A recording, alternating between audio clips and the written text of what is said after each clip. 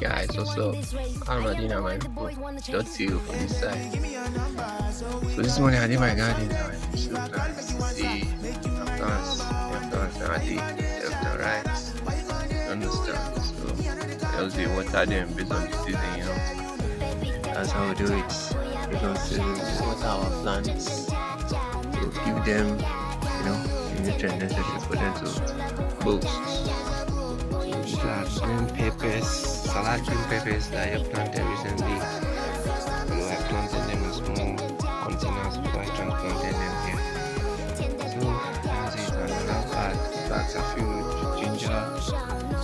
We have other vegetables here too, like this. Yeah, this is my home garden. Yeah, these are my potatoes. Guess you must have seen a video some time ago. And over there, you can see my gingers and other crops too.